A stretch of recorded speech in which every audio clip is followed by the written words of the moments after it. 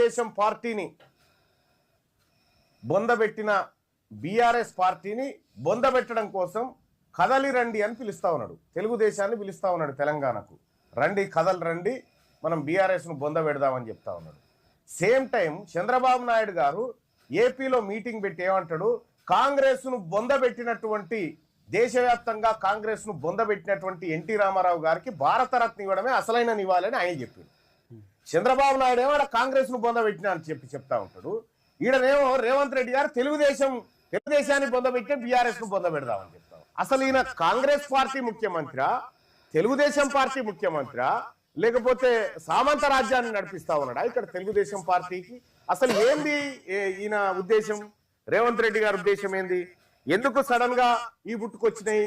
NT Ramarao గారు కాంగ్రెస్ పార్టీని దేశంలో ఖతం చేయాలని తెలుగుదేశం పార్టీ పెట్టిండు. రేవంత్ రెడ్డి గారు ఏం